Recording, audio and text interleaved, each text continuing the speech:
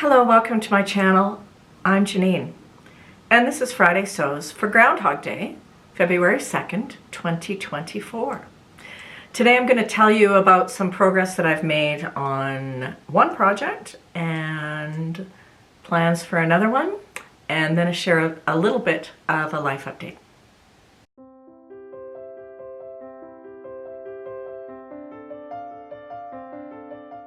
Yes, it is Groundhog Day.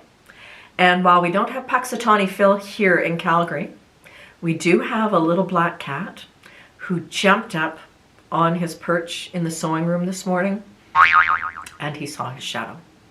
So, 6 more weeks of winter. My goal for 2024 is to improve my wardrobe and my sewing, focusing on fit and finesse and things that suit me, my style. My Christmas present was a 3-day sewing workshop at a local sewing store. And the store was Out of Hand, it's here in Calgary. And the workshop was conducted by Ron Collins. And Ron is a Vogue pattern designer. He designs menswear. Very nice, stylish stuff. I'm going to pop up pictures of some of his designs here. I attended one of his classes last year, and it was on pattern adjustments. And I learned so much in it, and I wound up with a couple of little duotang folders with really good examples of when you do adjustments and how you do them. So for Christmas, when I saw this course, I thought that I really wanted to do this because I want to improve the fit of my clothes. And this year I'm going to be working a lot more on wovens. Initially, I thought the class was just on fitting, but when the information came out the week before the class, I realized that it was not just fitting, but bring sewing projects and Ron will help you with them. So that kind of shifted the decision that I made about what projects I was going to take with me. The first project that I knew I was going to be working on in this class was my French jacket. If you've watched any of my previous videos, you might know that several of us in Calgary, and there are a lot of people online too, are doing a French jacket sew-along, Chanel style jacket. We started working on this in October. It's not due till the end of February, but tick-tock, it's February 2nd. So the pattern that I'm using is Vogue 7975, and in the fall I did up the toile, and my friend Daphne helped me with making a lot of adjustments to it. She did a high round back adjustment, a sway back adjustment, and an FBA. Of course, this has princess seams, which makes FBAs much easier. That's as far as I got, though. So for this course, the first thing that I asked Ron for his help with, oh, this is the wrong one, was the toile for this jacket.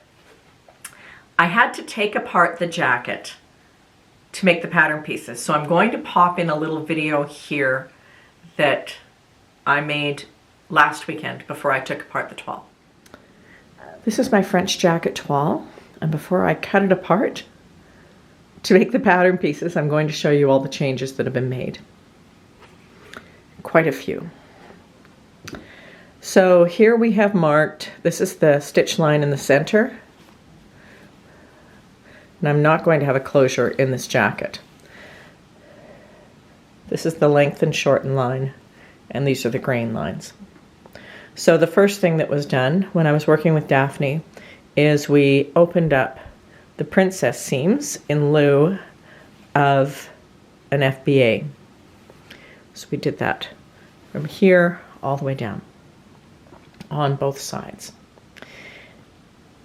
Then the other thing that Daphne did was in the back, she did a high round back adjustment and a sway back adjustment. And those were all the adjustments that she made.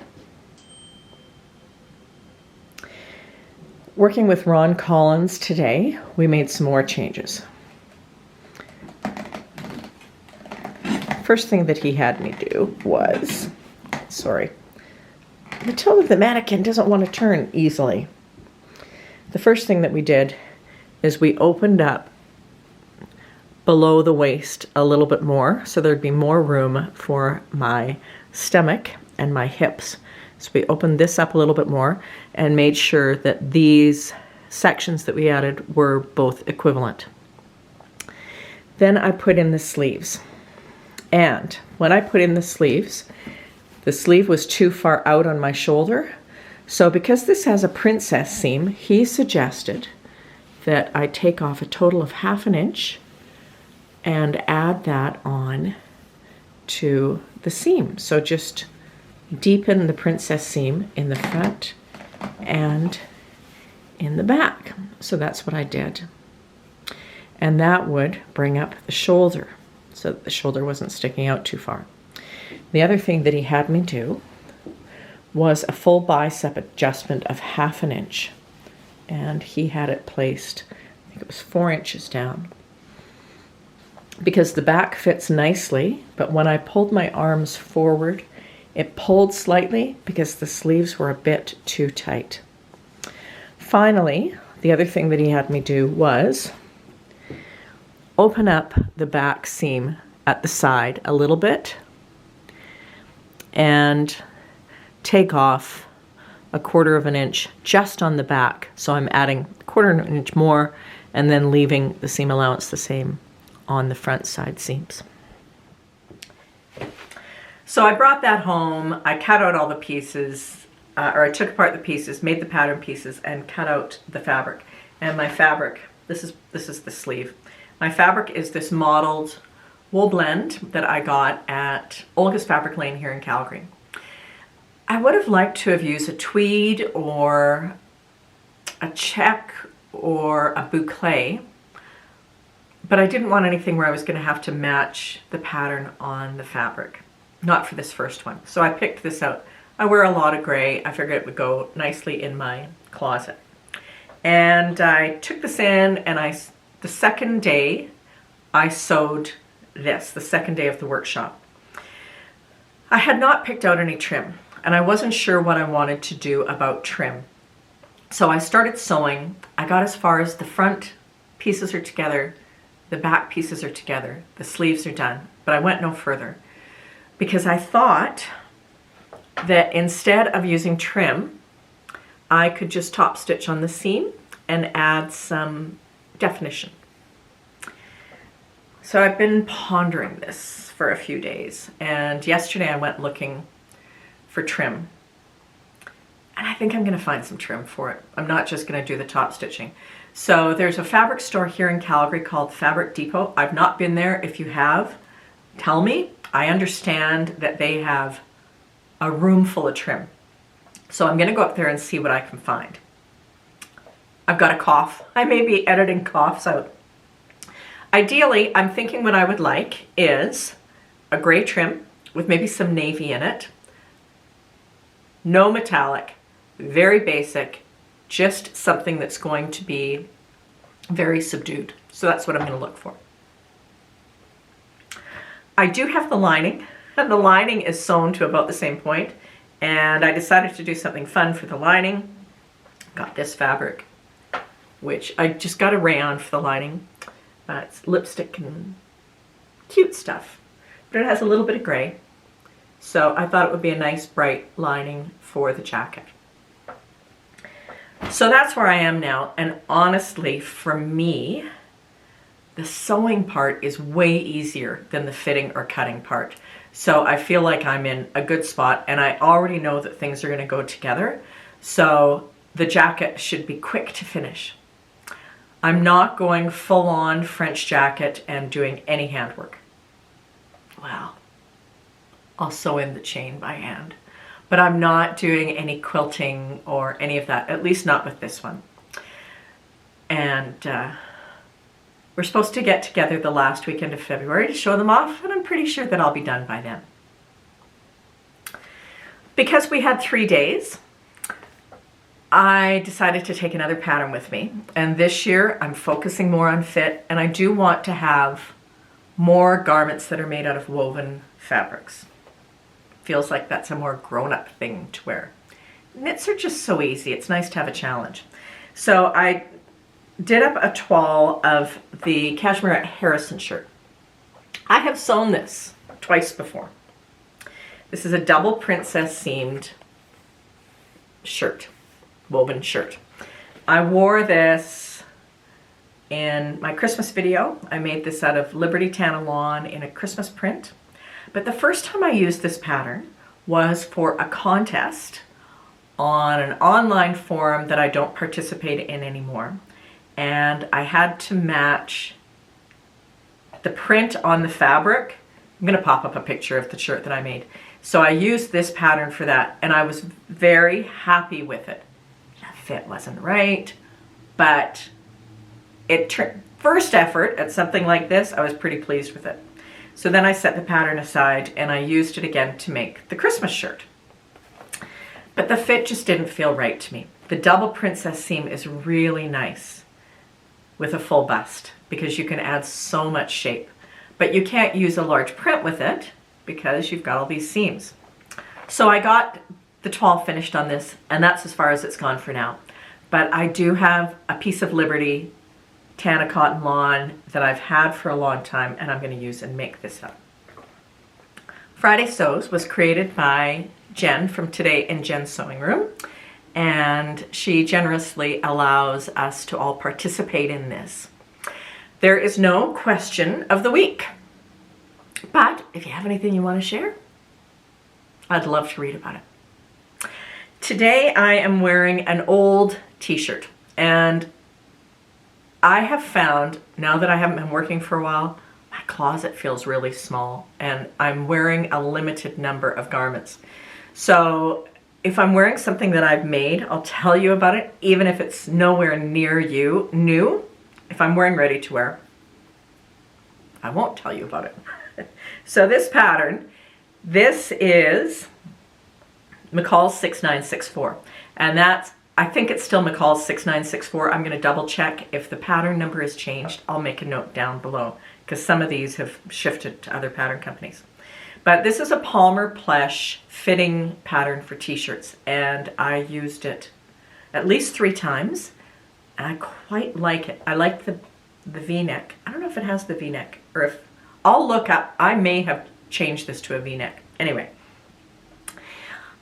this fabric is a French terry that I got at Hobby Lobby, and I made this t-shirt in January of 2020. And this was made up for a contest, another contest in the same forum that I used to participate in that I'm not visiting anymore. And the contest was to make something that reminded you of childhood. And I'm quite proud of this t-shirt and how it turned out. I had been sewing for a few years then, but I was not really sure what I was doing. So this was a big leap because I made the shirt and I embroidered all these badges for it. So how does this come into childhood? Well, one of the things that I loved in childhood, because I'm a check off the list kind of person, I loved it when I was in brownies and I got badges.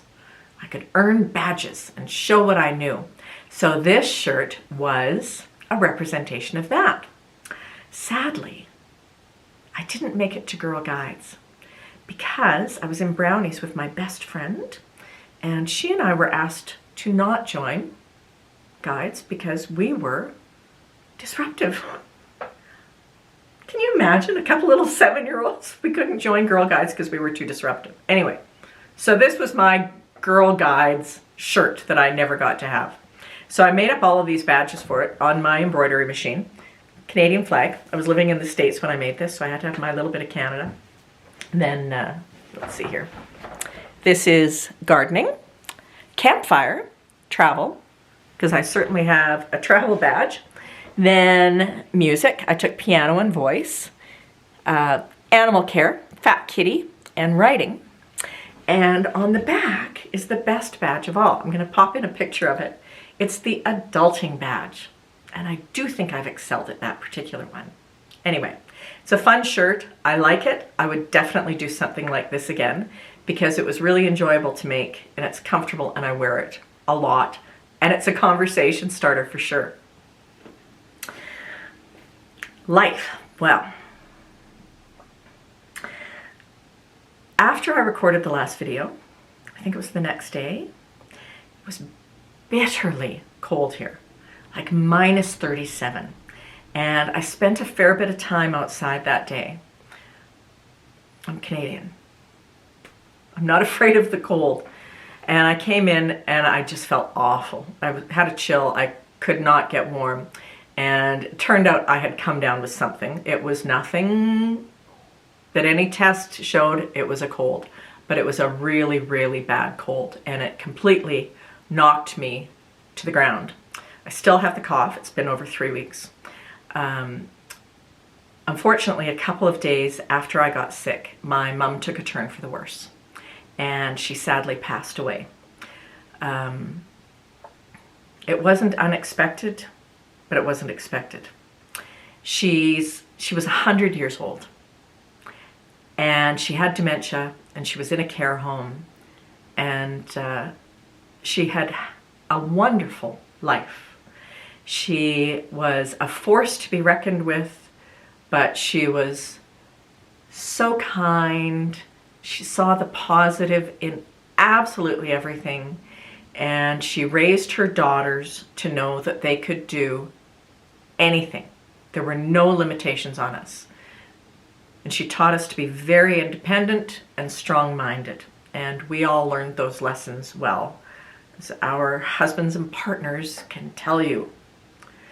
We were raised by a strong woman, and we are all very strong women. We knew that she loved us, and she knew that we loved her. And it was time. That doesn't make it any less sad, but she did have a long and wonderful life, and I treasure being able to spend so many years with her. She did so. I've wound up with a couple of boxes of her sewing things that I'll show you at some point. She also knit and crochet. She was always very interested in what I was sewing, and as you may know, I sewed things for her from time to time. It was a real joy to be able to make things for her when she had been in the basement of our house under dim light sewing stuff for wee girls all the time in the middle of the night to get things done. So I'll absolutely miss her, and I treasure the time that I had with her. She was very much a keep calm and carry on person. She'd lived through a number of tragedies in her life, and she grew up in the Depression. Things were tough. There was a war, all of those things. But she would just want us to go on, and that's what we're going to do. In honor of her, I'm going to continue to love life and be positive and optimistic.